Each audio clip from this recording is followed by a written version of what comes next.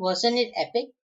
What's going on, guys? RV here, and today the movie I'm going to review is Godzilla, the 2014 version. Well, when this movie released, there was two type of people who went to this movie and think of. One, the movie was really good, but I was disappointed. Another one is that I really love this movie. It really satisfied me a lot. Which group am I in? I'm going to be in the second group, which was really satisfying. Why? Let's go on and let me tell you why Godzilla has satisfied me. Number one, the human elements.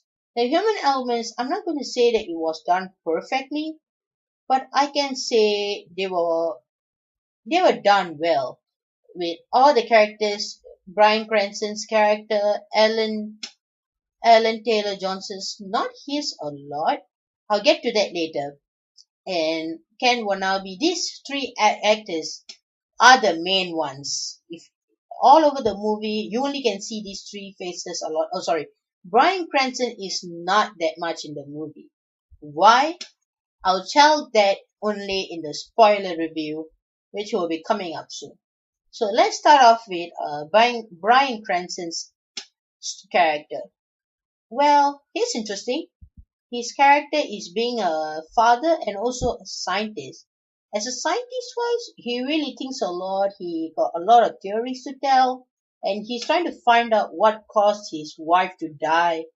I think when they are searching something, and he is desperate to know what happened, and he said he deserved answers, and the way his character wasn't fleshed out that well because there was a short limit of time for him.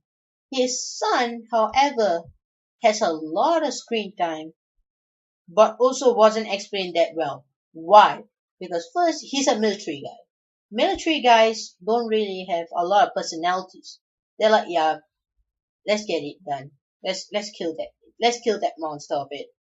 That's it. They are very plain and very emotional. You don't even get emotion at all. She just one teardrop and that's it. That's how this character is, but he's not bad. He's not really bad. As because he's just an army type of guy, I can really get it. I can really get it why. But there could be a lot more emotions, but it wasn't here. So that's one bad. That's one nitpick.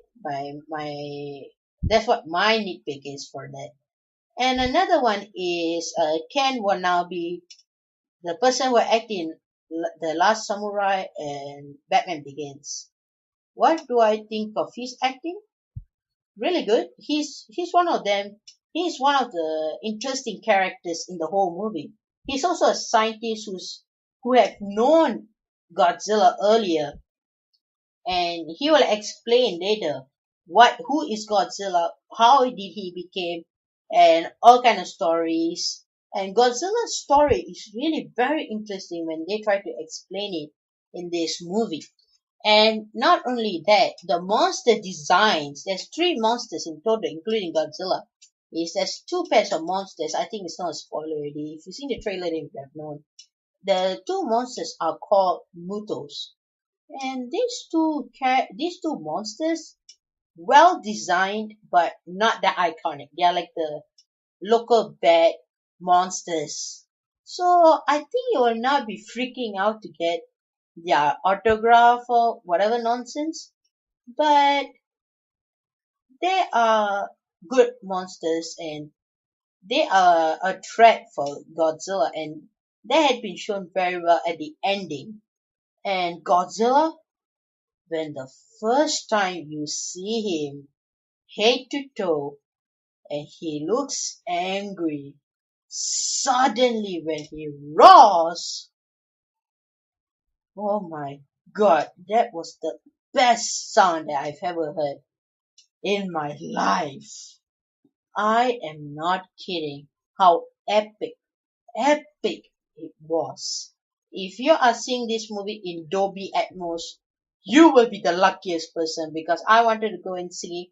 Unfortunately, all the seats were taken I was unfortunate guy, but still, I think I heard it in Dolby 7.1 surround, and still it was epic, really epic.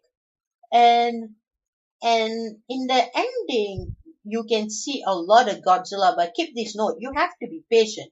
You have to be patient for nearly two quarter or three quarter of the movie because Godzilla only appears almost at the end of the movie. At the end of the movie, only he will appear a lot.